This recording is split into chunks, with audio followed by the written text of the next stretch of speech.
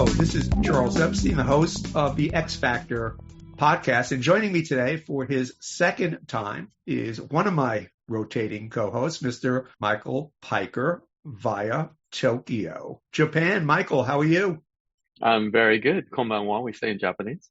Very good. I wish I had a counter to it. What would my counter be? Obandu gozaimasu.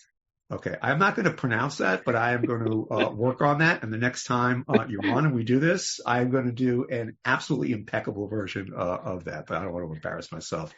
And, I'm assuming at some point some of your colleagues are going to be listening to this. So that would be an absolute disaster. Anyway, last time you were on was about, 12 weeks ago, 13 weeks ago? Yep. Yeah, and at that point, you had yet to depart. You had yet to be reunited with your Chihuahua. And I think your husband was out there in advance, Exactly. working things out. How's it been since? It's been great. It's been 30 years before and now 30 years later. So it's quite a difference. Any changes? Anything you had to adjust to? Huge change. I mean, the biggest, I guess, just sheer thing I took in was the amount of tourists from Really? mainland China, and Japan has just blossomed in terms of bringing in tourist traffic. It never was like that 30 years ago. Why is that? The yen is very weak, so it's really cheap to come here. And two, it's reverse economics that China is probably more powerful economically than Japan now. And Japanese used to go overseas. Now they stay home and tourists come to Japan. Oh, that's really interesting. I know that you are Mr. International. And so when I ask this question, understand, I'm asking you with that understanding. But since you've been back, given this gap of time, any cultural faux pas, any things that, you're a little bit rusty on and you stepped into and you sort of had to back out of?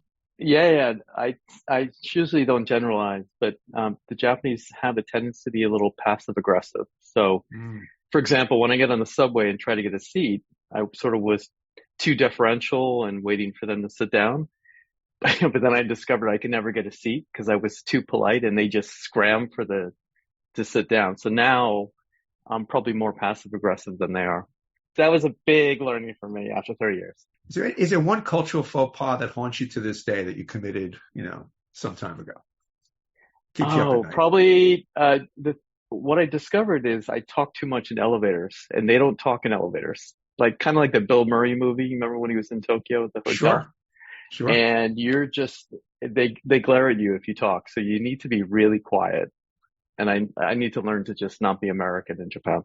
So in other words, when you enter an elevator with strangers, you start conversations, or this is an elevator? Well, I generally do that because I'm a pretty verbal guy. But then just talking in general, you're not supposed to do that. So I learned to shut up fast in an elevator in Japan. Yeah, I think the only things I've ever said in an elevator is "excuse me" and "lobby, please." That should be okay. Yeah, I think that's standard elevator etiquette. I don't know. Exactly. Yeah. But not the blah blah blah stuff. Yes. Anyway, we have two special guests with us today, fellow global citizens, and today we're going to be talking about AI and cultural agility. So, Michael, perhaps you should do the honors in introducing them. Indeed. I've known Alana Lorette for many years. So Alana, of course, founder and CEO of NetExpat, and Lorette is a wonderful colleague. Want to introduce you to the show. And actually, if I may, also pose the same question, if I may, to both of you about your cultural faux pas, because you lived around the world like all of us. Yeah, well, delighted to be with all of you. Alain Verstandig, first name French from my French mother. Verstandig, German from my German father. So you might guess where I'm born. I'm born in the middle, in Belgium, neutral Belgium. By the age of 6, I was speaking already 3 languages. Oh, wow. I had the pleasure to move in my life. More recently, 16 years ago, I came to the US, which I call home now. So very much enjoy the US. And as you ask, about cultural faux pas, Charles and Michael, I was listening to you. I remember years ago, I was invited to a very nice discussion with Japanese clients and prospects, and it was all very polite, very structured. Everybody was so attentive, and we had very Japanese. Yeah, very Japanese. And so we had 2 hours of discussion, and obviously you see through body language that people like what you say. We had interesting questions. And I remember at the end, I just basically read my last slide and show that this was the end of my presentation. And so everybody was nice. And so I thank everyone, and then I paused.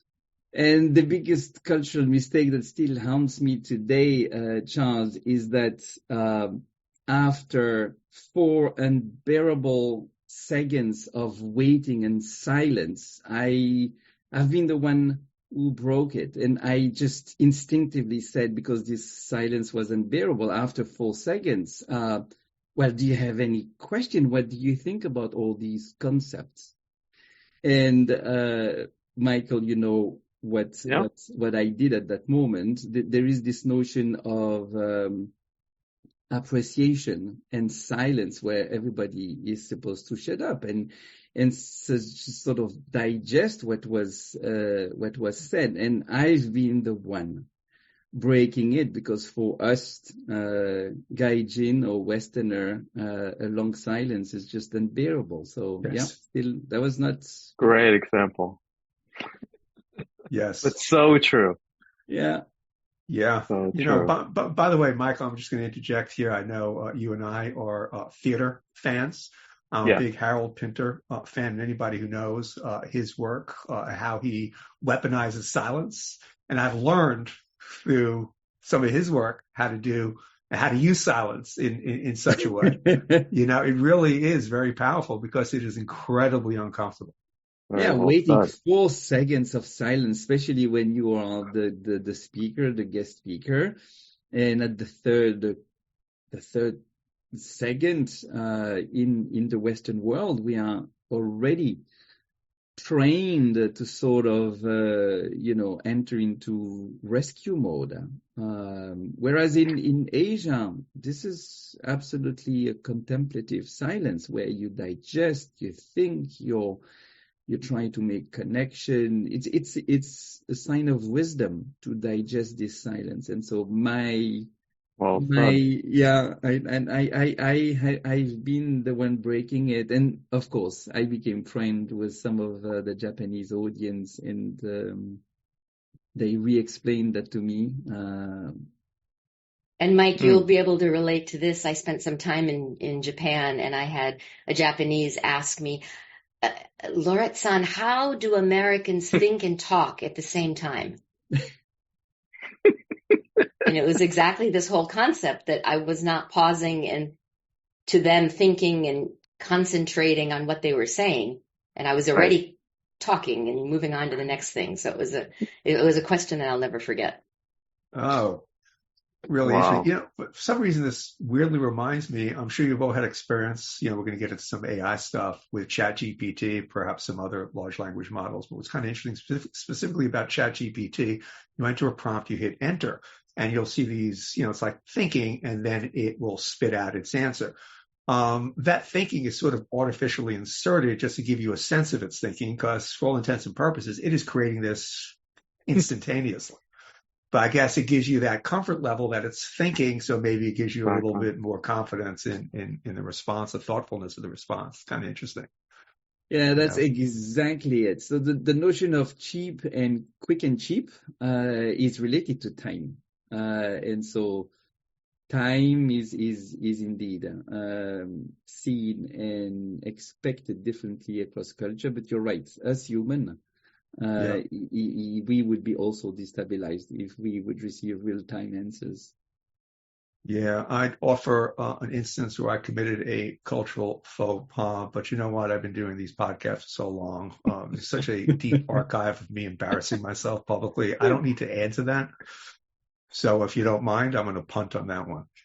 But thank you very much. Laurette, your faux pas? I had led a global team, and I'd been leading global teams for quite a while. Many of them were in France, who were my direct reports. And so I decided to be very personable and fly there to meet them in person and give them each their performance review face to face. And I knew that American, what we call the hamburger technique for giving feedback, where you start with something very positive and then you move into the areas to grow or challenges or critical areas that for them to work on, and then you end on a positive note. And I felt I did that, and I felt very relieved and felt that the reviews went really well. And I'll never forget the next day at lunch, an American who had been living there in France for probably over a decade approached me and asked me if I wanted some feedback. And I said, of course. Uh-oh. And they said, well, your direct reports have been saying that your meetings with them and your reviews specifically were really confusing and contradictory, and that they couldn't trust anything you said. And I was so taken because, again, I was imposing my American way of giving feedback, and they were very confused. They didn't know whether they were doing well or whether they were not doing well. So I wish, obviously, I had known that before, because I would have given the feedback differently.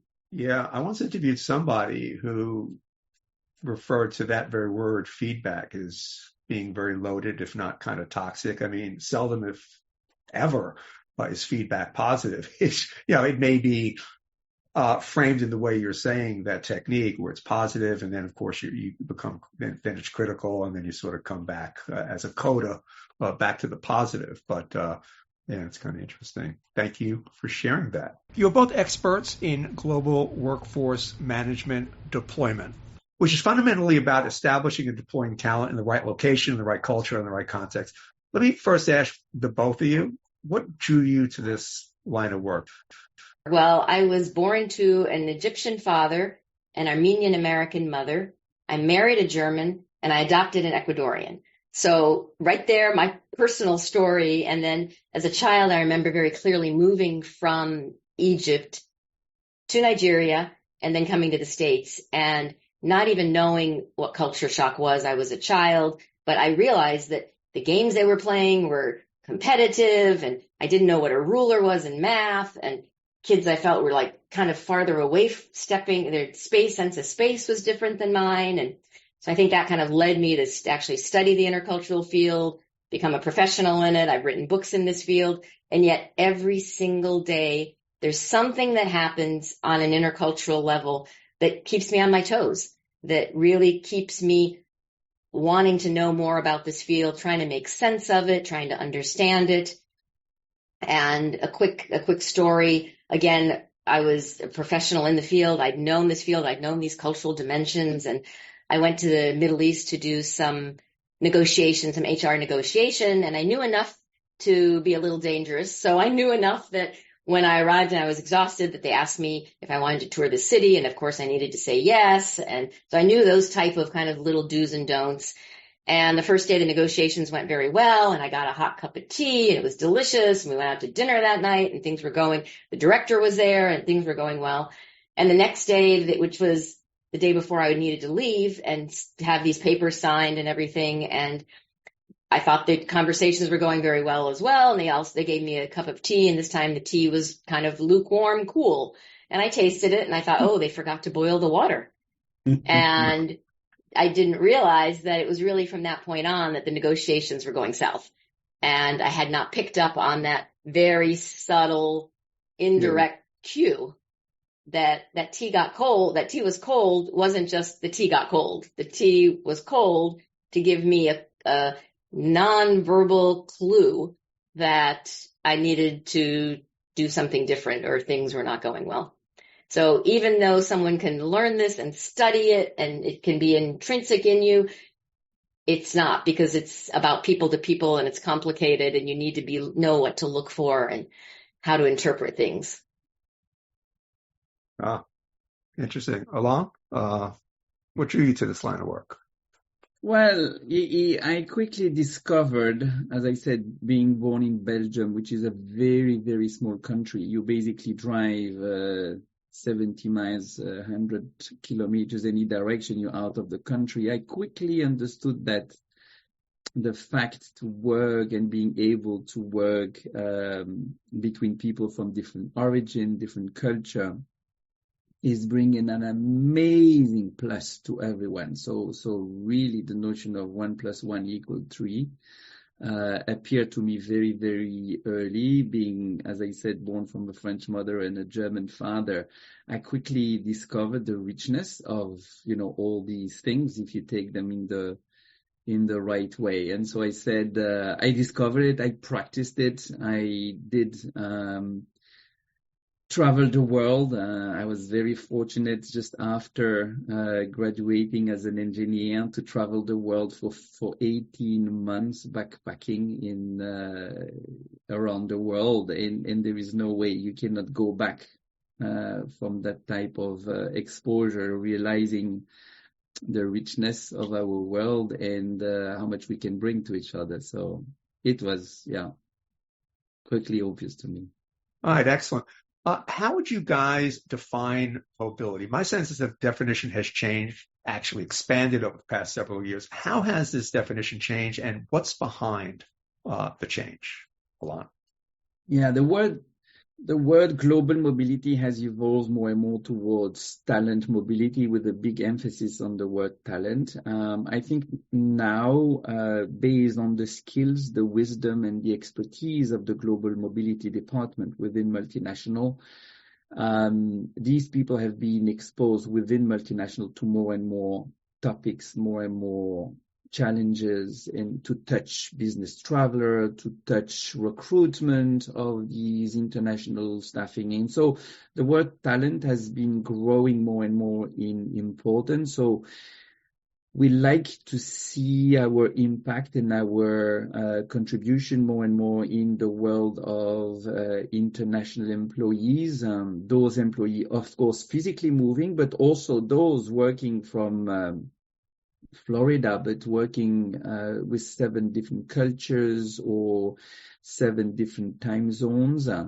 So indeed, it's a field which is serving now those physically moving, but also those who do not physically move, but work across culture and time zones, which is, of course, has enriched beautifully the field. Yeah. Laurette, your thoughts on that? And I would also add that there's now kind of names to these. So it used to be expats and assignees, and sometimes they're local plus or permanent transfers, and then expanded into business travelers and rotators, and now even domestic, which touches not only movement within the US, but movement within China, movement within India, movement within the UK. So it's mobility and it's movement, but it is international, it's domestic, and as Alain mentioned, it is not only physical movement, but people are working across these cultures, across this virtual divide to work together. Yeah, building on all those, I absolutely agree. It's evolved.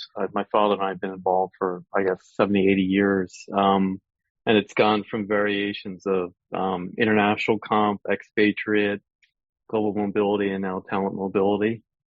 And like you rightly said, it comes in all forms: intra-country mobility, virtual mobility, even working across cultures. So the beauty of it, it's very expansive. 100% agree. By the way, I didn't give both of you an opportunity to describe exactly what NetExpat does. I think this would be a perfect opportunity to do that. Laurette, you want to jump in now? Alain is co-founder and president. Yes, we are basically surgeons in 2 areas. We work to help support the partner, the spouse, and intercultural training. And intercultural training is not only for people who are moving, as we were just talking about, but people who are just working across cultural differences, whether they're down the hall, whether they're across the Zoom link, whether they are moving physically with their families to another location. And we support them across the whole life cycle of their either assignment or not an assignment. So if it's an assignment, it's from pre-decision to pre-departure to post-arrival to check-ins during their time there to repatriation. So two beautiful impact moment of someone's life. On the partner side, on the spousal side, we are part and we are nurturing what is called family experience, which is so much central in employee experience. So we basically allow and fight for families to also be happy and find their way of enjoying mobility. So not being anymore only called as trailing spouse, which is this horrible expression for the partner to be part of the luggage and being trailed around. So this family experience is beautiful. We contribute to partner being able to also add their income to the dual career and dual income families. More and more families rely on two incomes. So we secure jobs for these partners all around the globe in 85 countries.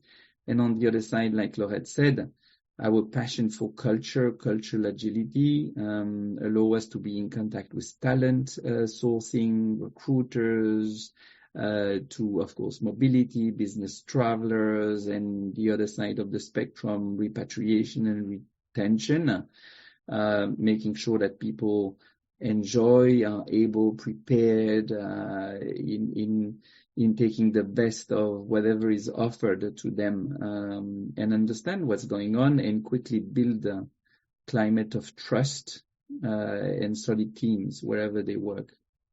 I think in my experience, in my reading of these issues, that a lot of people give short shrift or underestimate the challenges in the repatriation process. Maybe you could speak to that a little bit. You're exactly right. Oftentimes it's the most overlooked part in the process, and because they feel like they're going, quote, home, and yet home has changed, they've changed. And I've experienced it a few times in my life, and the same thing. I thought I'm an interculturalist. I know this field. I know what to look for. And it still always surprises me as to how impactful that re-entry back is. And the re-entry, it's also sometimes called re-entry. And that terminology comes from the space shuttle from NASA when an aircraft enters back into the universe. And it's such a jolt. And that's originally where the re-entry repatriation terminology came from.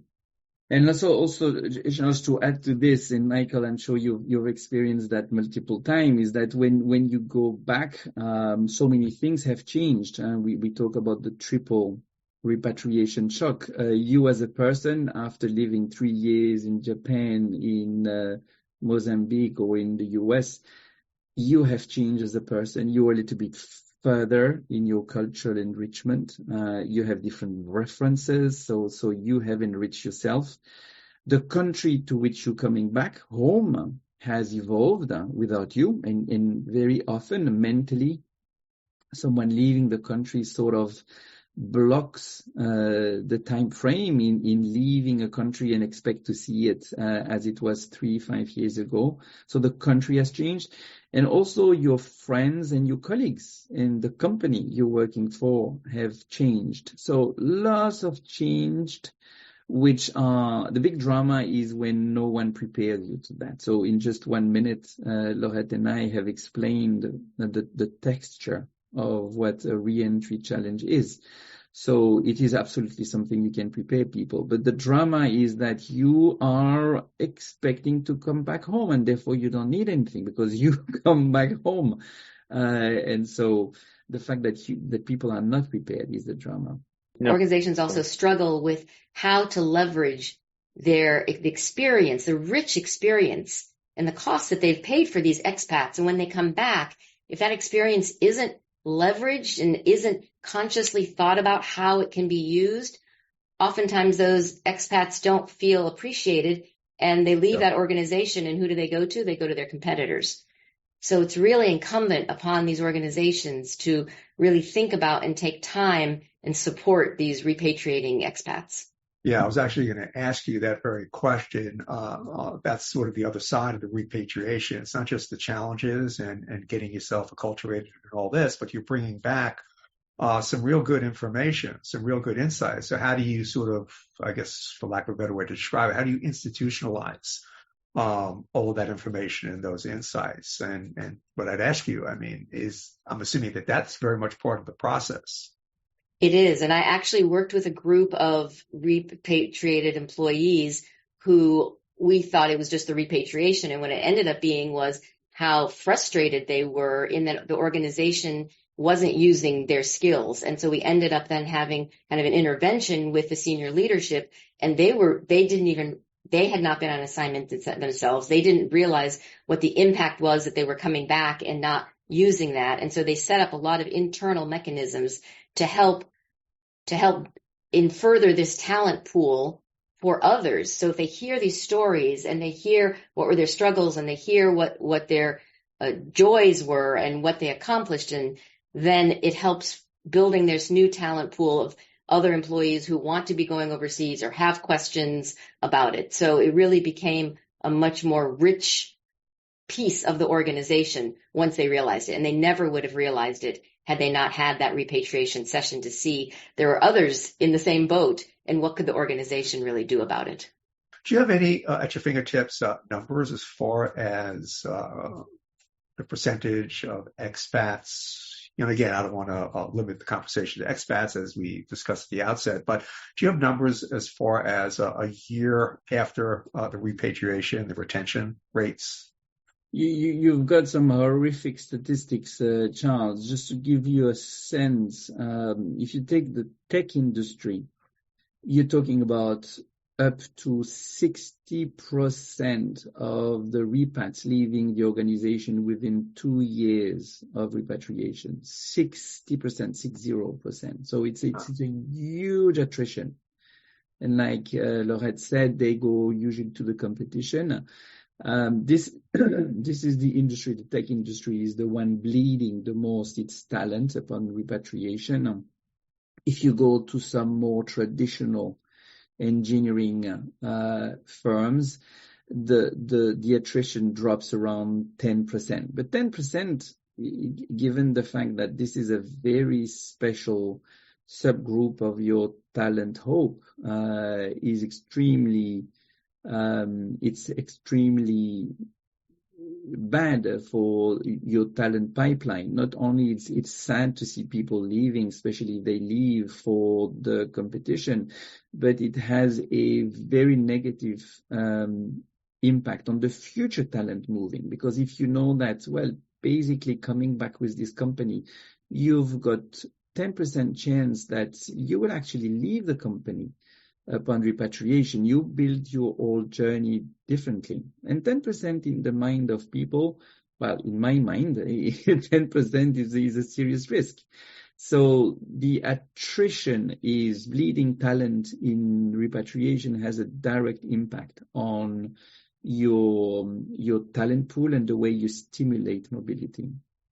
And these attrition, these attrition numbers are very tricky because they're only accounting for those who are reported or who we call have a blackout, meaning they actually come back. But there's also a brownout, which means that they stay on the assignment, but they aren't working effectively with others. Or there's a whole concept of cultural quiet quitting. Like they're still working, they're still there and they're still working, but they aren't being productive, they aren't being effective, they aren't working well across cultures, and those numbers are even higher.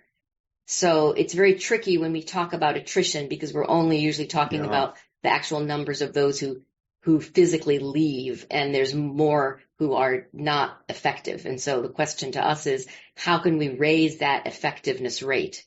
And what can organizations do about that? And how can we help support them?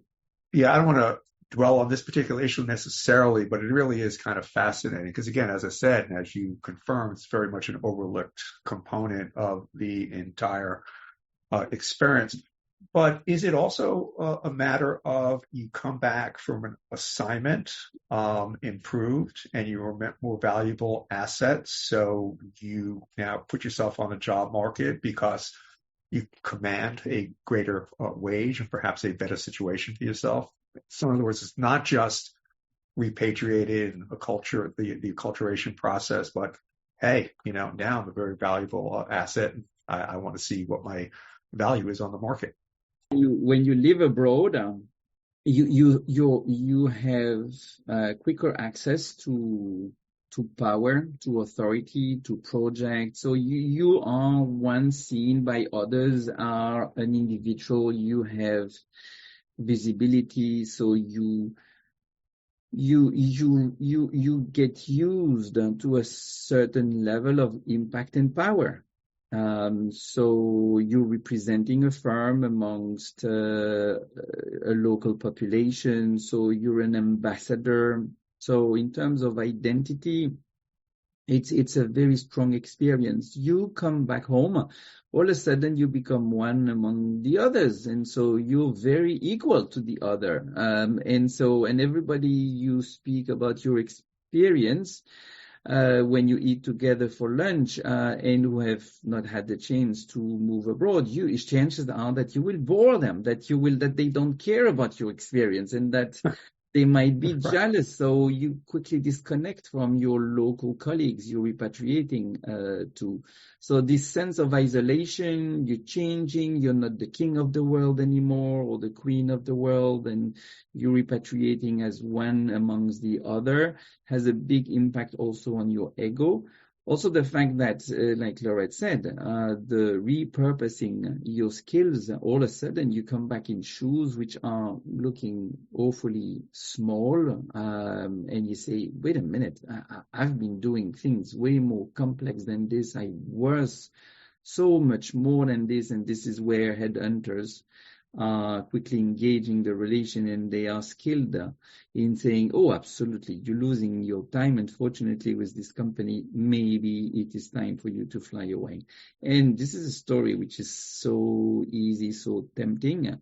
One of the drama of all this is that technically, when you come back, there is very little budget to support you. So basically, we have a ton of formats where we can help people. So we have training, we have coaching, we usually start 6 months before repatriation.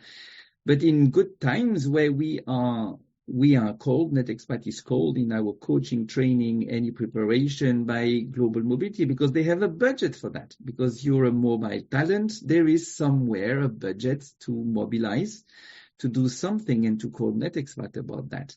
Once you are repatriated, your expatriation is over. Global Mobility is over. Global Mobility departments have no more budgets.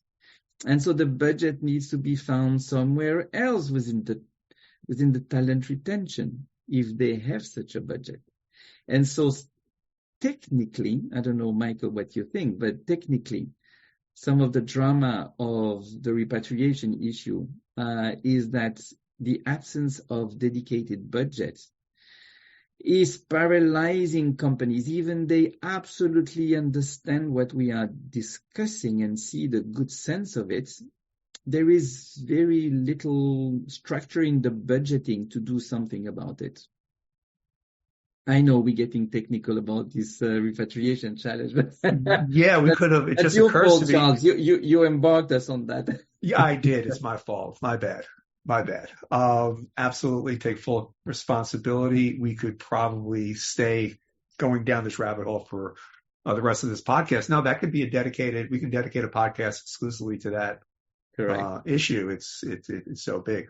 In our conversation preparing for this, you used the term cultural agility. What is cultural agility? How do you express it, measure, and reveal it? And what can be done to increase its impact? Cultural agility is really the ability to engage, to empathize, to motivate, to influence, and to build trust with people who are different than you are, to people who have a different work style, who come from a different culture, or maybe just have a different work style. So that's what cultural agility is, and it's the cultural piece, and it's that agile piece of being able to do all of those things. There is also an essential component to it, to be able to tweak and adapt your own behavior and your own communication style.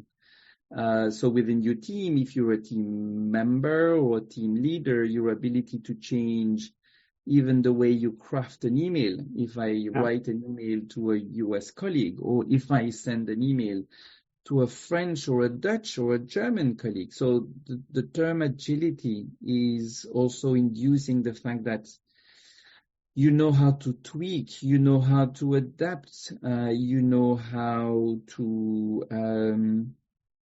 understand things coming with exactly the same word, but meaning something completely differently. So for example, some expressions used across the globe, someone telling you, oh, that's interesting, coming from a US American or coming from a UK colleague. Well, agility would probably be the one whispering to you if you hear, oh, that's interesting, from a UK colleague, that this was a stupid idea.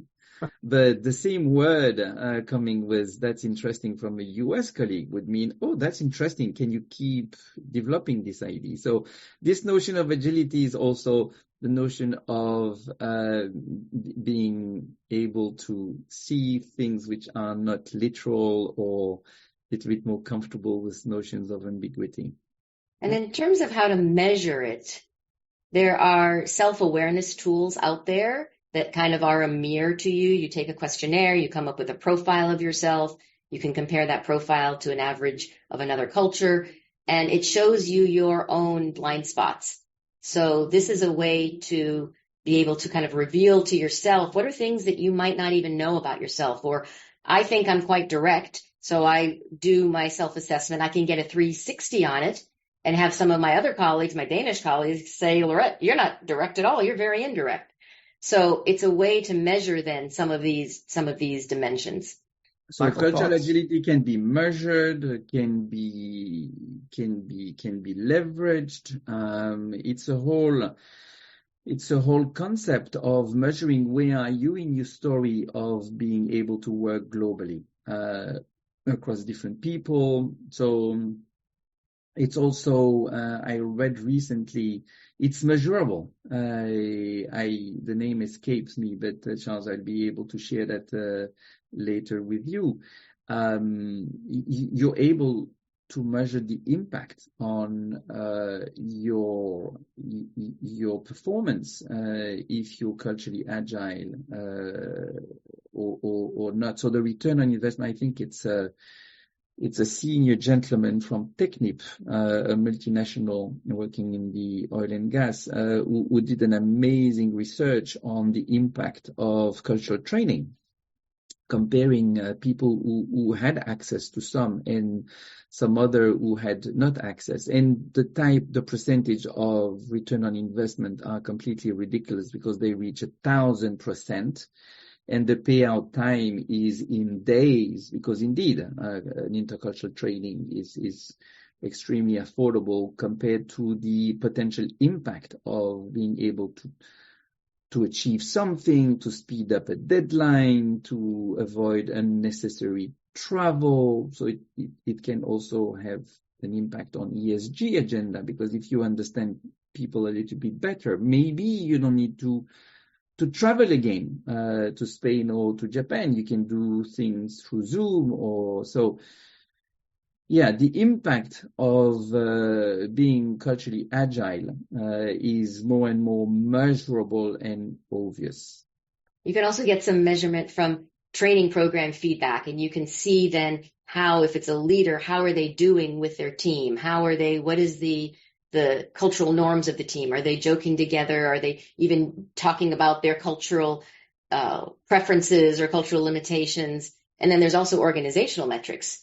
You can actually then look and see how, when mergers and acquisitions or international projects, how these leaders are fostering cultural agility or not fostering it. So that can also be a sign of it. So there's lots of different ways that it can be measured.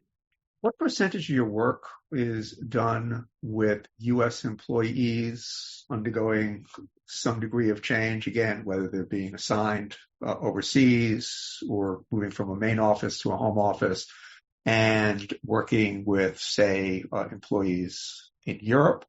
And I'm also curious, as far as this cultural agility idea, are people here in the States less as I would imagine, culturally agile than, say, their counterparts in Europe. Well, we have the pleasure of being a global firm, so we cover and we work in 85 countries. So, Charles, without having the numbers in front of me, I know that probably the statistics is under 10%. In under 10% of the cases, we work with U.S. Americans because we serve equally Indians who try to be successful in Germany, or Chinese people who try to be successful in Japan, which is a challenge, shift of culture, or Singaporean in Japan. So the beauty, Charles, is that everybody needs something. So, and to maybe contradict slightly what you said, I don't think I'm coming from Europe. I became U.S. citizen, but I don't think that U.S. Americans are lacking any way the notion of cultural agility or adaptability versus Europeans. It's just that you are pushed in the pool a little bit younger when you were in Europe. As I said, living in Belgium, by the age of 5, I was able to start a conversation in one language and finish it in another, and everybody would be able to understand what you mean. So you trained a little bit earlier to this notion of cultural agility, but I see many of my friends and colleagues in the US, after being exposed to this, being able to do exactly the same thing. Because after all, within the US, if you mix someone from Texas or Florida or from Seattle or New York, culturally, communication, arguments, even eye contact would be different. So, Sure. So I think that US Americans have nothing to envy. They just need to practice, like I would say anyone else, and give this a try, because I can absolutely guarantee you that US American can be equally terrific in terms of cultural agility and bonding with others.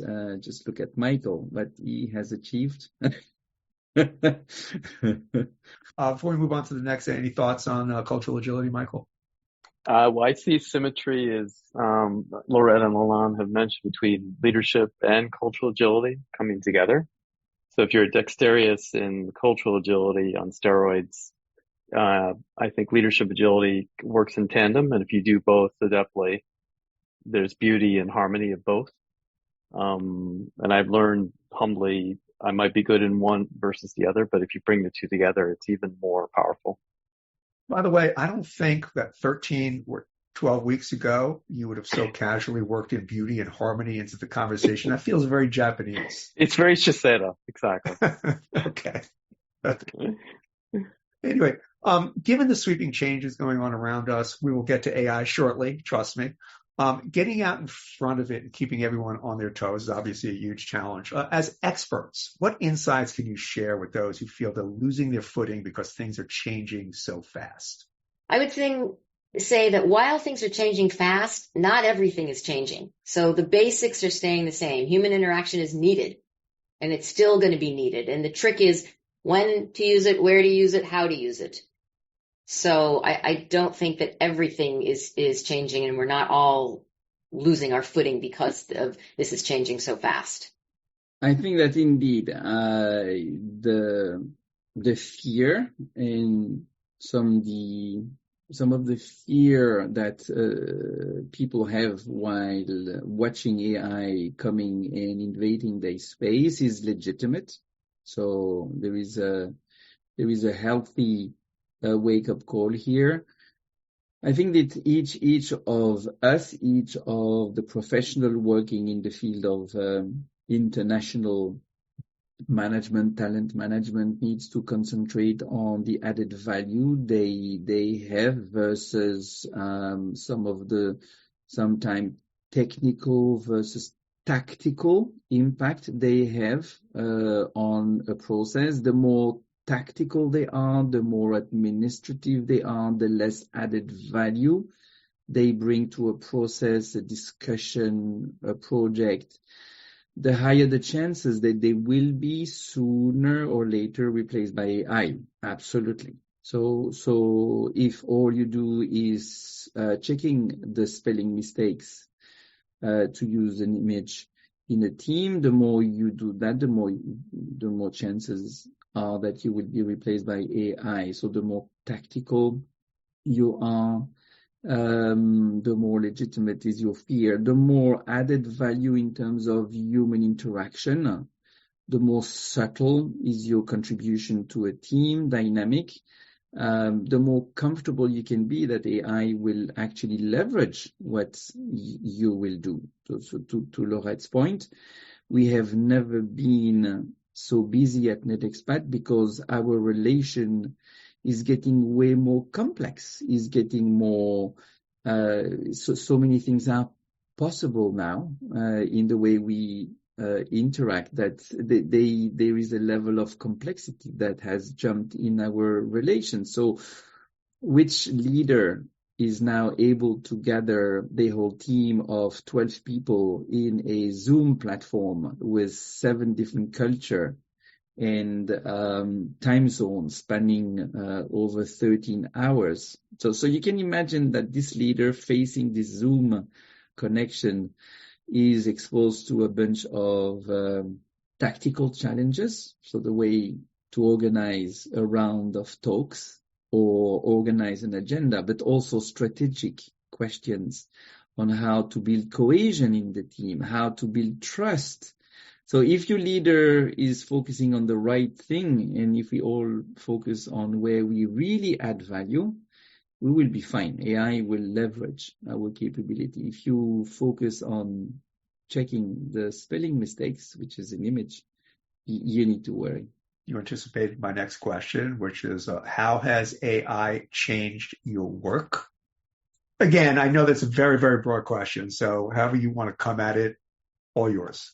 So I would say that it's changing our world in terms of kind of 3 different buckets, and I'll make this short. So one is really easing our operations, which Alain just talked about, which is kind of replacing some of the day-to-day tasks and operational. So reminders to individuals, helping translation, things like that. So it's as that admin side grows, we can spend more time with people.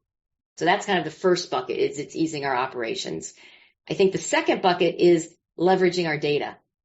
So we really want to be turning data that we have into these insights and action. And Alain can speak to this as for 26 years of data. So we've also we've launched an intercultural landscape survey, and we saw in their data saying that they don't want bots. They don't want more e-learning. They want interaction, live people, peer-to-peer discussions, self-awareness tools, things like that. So Alain, would you like to talk about leveraging our data, and then I'll talk about the third point? Yeah, so AI is promising amazing things, but to be honest, Charles, I really sense that we are at the beginning of it. I think I mentioned that I'm an engineer. I came to HR by passion. But as an engineer, I'm fascinated by what AI is in the process of doing. So we have amazing data at NetExpat. We own ExpAdvisor and CultureSnap, which are some of the most scientifically validated assessment tools since years. And so when we give these data to AI, we slowly enter into the field of something which is so much expected, it's predictive analytics. So what can you predict about my potential miseries, but my potential alignments also, if I work with people from this culture or in this type of project? So the field of predictive analytics is amazingly opening and speeding up, where we will be able to anticipate, because that's the game. If you have someone, Mary or John, that you want to send in a country, is not to say, oh, no, send Mary rather than John. That's not so much the game. I think predictive analytics will say, well, if you send Mary, Well, the best way to have Mary extremely effective from day one is this, and this, and Mary will be aware on where to work. Mary will know beforehand that if she moves to Germany, she will be beautifully aligned in the way she managed deadline, but she will be completely counterclock with the Germans if she focuses on the way she communicates.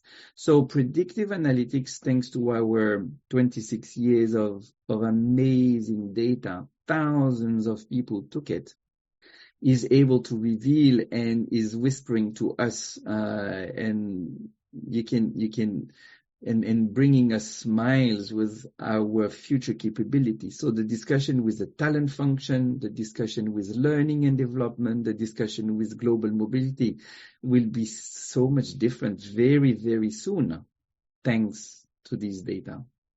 You put that so beautifully. The data whispering to us, anthropomorphizing data. That's very, very deft. I like that. So are you using it in this way now, or is this more or less right now theoretical and you're getting more and more into using AI in this way, using it in a predictive way? We are using it. So since years, Charles, we have these tools. And so through statistical analysis, we use, for those who are statisticians listening to us, SPSS. So correlation analysis of correlation. We are able to create links and to tell you, okay, what Charles, if we send you to Japan or if we send you to Germany, where will you be extremely comfortable in your communication style, in the way to work in team, and where you will be completely destabilized because time or because the notion of risk taking is completely different. And also, by the way, where you will completely destabilize your German friends. So we are able to comment on this. What AI is bringing to us is AI has this capacity to crunch data in such another level.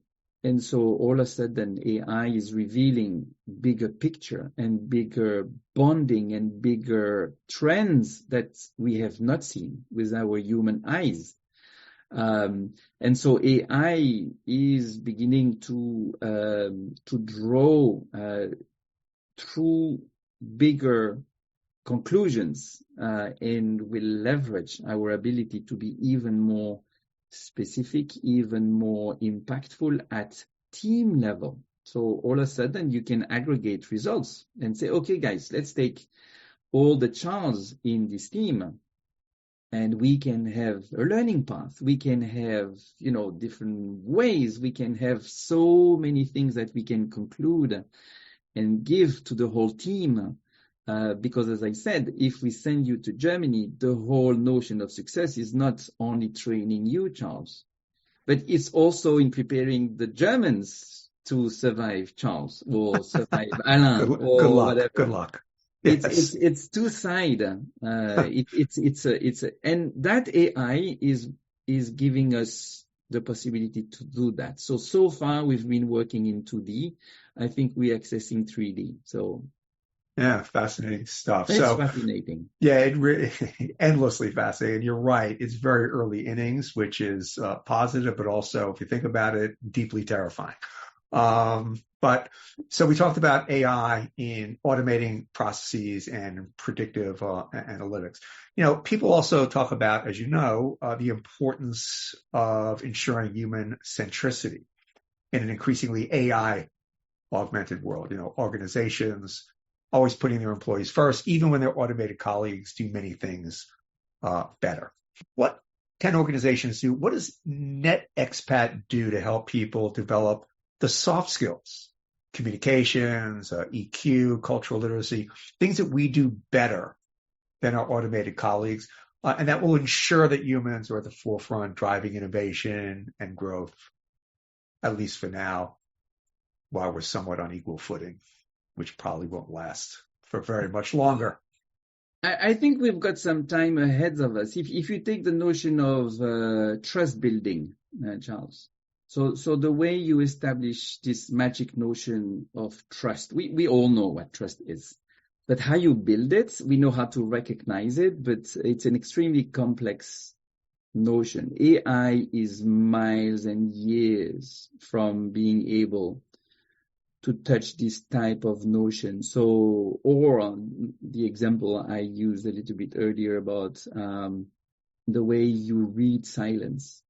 So what does a silence mean in an environment, in a culture? So AI is probably years away from being able to read correctly these things. So what we do at NetExpat, we spend more time with people in focusing and enriching their own style, in doing more impactful things because they have been able to grab a little bit quicker the concept, and because also ourselves, Charles, I should say, as coach and trainer, we understand who we will train and coach a little bit earlier, thanks to our own technology. And so all of a sudden, like Laurette said, we immediately put the finger on the blind spots, whereas before we were not able to do it. So AI is helping us be better and go immediately and jump into the more impactful things. What do you think, Laurette? Exactly, Alain. What we do is we really try to help people understand the why behind the behavior. So in the example that I gave in the Middle East with the cold tea, an AI would not been able to help. They just would have said it was cold tea. So we're then digging deeper than that and helping people understand what did that cold tea mean? And I don't think AI has that capability yet to do that, or might not ever. Michael, how is your organization using AI, perhaps within the context of Total Rewards? I'm curious. Yeah, both empirically and specifically very broad. So simple parsing of language from Japanese to English, making sure that the cultural cues, because I'm in a very well-known Japanese public company and my Japanese is rusty. So if you're a non-native speaker, just to get by and do your job and to get the subtle cues, and then how do you transpose our products to the consumer in a way that's empathetic and felt emotionally? So there is an associative brand inference from launch to then selling to a consumer, and AI can boost your ability to amplify the consumer journey. In our beauty lotion fragrances in France, how you go to market versus Germany versus Japan. The notion and the essence of beauty and the definition is very differently felt. So we use it in that way as well. Yeah. Yeah. Interesting. I asked Michael this on our first pod. What aspects of your work would you happily have AI do? What aspects do you think AI will never be able to replicate? So I put that to you guys. I think we're happy to have it replace some of the ease of operations, some of that communication that we talked about, some of that tactical, some of that, so we can again spend more time with people. I think what it cannot replace is, well, it can know at a high level and make generalizations. So it can say that when you greet someone in Japan, bowing is more common than in the Middle East, you extend your hand for a longer period of time. It can do that, but it's not going to recognize these nuances or emotions. So for example, when I was in Japan, I was a team lead. I awarded a member, I gave them accolades and praise at the meeting and everybody clapped. And then the next day and the next days, this employee did not come back to work. And I asked where they were, and they said, oh, they might be sick. And it wasn't only until much, much later that I realized that I was singling them out. This is how it was viewed. I was singling them out. They weren't able to save face because they were with their team and so on. I don't think that AI could replace that understanding of, it would just take it literally what happened. So it can't have the nuances of the culture, or what we call in German the Fingerspitzgefühl, which is that feeling that you have, that fingertip feeling as to what to do and how to do it. And what then, if you do it, what the dynamics are, what are the repercussions, what is that dance that Alain was talking about earlier? I don't think it can do that. It couldn't and can never replace that. Yeah, I think, Charles, giving access to the first level information about a culture, the entry door to cultural norms can be eased by AI, and it is easing, but it is also enriching our work at NetExpat, because we like to enter in the discussion a little bit later in the journey of people. We like to tackle things which are a little bit more complex, restarting, with explaining why Chinese do this or why Germans do some basic things is not the most motivating things for a coaching or a training organization. So we are happy to leave AI, give the basics of the cultural knowledge, so they can join us with our delivery, being debriefing, coaching, whatever, a little bit further in journey and come with more interesting, impactful questions. So yeah, happy to join, happy to join our customers and those we help a little bit further in their learning journey, thanks to what AI will accelerate in terms of early education. By the way, speaking of a question that I put to Michael on our first podcast, anybody who's listening to this, I recommend you go check that out, particularly his response. I'm not going to ask you, I'm going to spare you this particular question, but it's sort of an experimental question. It was a lot of fun because Michael really handled it in a very creative, fun way. I asked him if there were a Michael Piker AI doppelganger, an AI version of him. First of all, would he find that interesting or creepy? He said it would be interesting. And I said, well, what questions would you ask your AI doppelganger? So I'm going to leave all you listeners on the edge of your seats. You're going to have to go listen to that podcast. I think it's at the 28, 29 minute mark. I highly recommend that, Michael. I highly recommend everybody check that out. Anyway, last question. Last question. Unless, of course, you have any questions for me, but as the host and producer, I reserve the right not to answer, just so you know. That's in my contract. So putting on your futurist cap, what does the workforce look like in 5 years? What do you think are going to be the biggest changes in the workforce? I think that the workforce will be way more culturally agile. So our individual and our ability as a team to effectively work, understand, tweak things will be way better. So we will be able to understand, navigate through nuances and to ambiguity.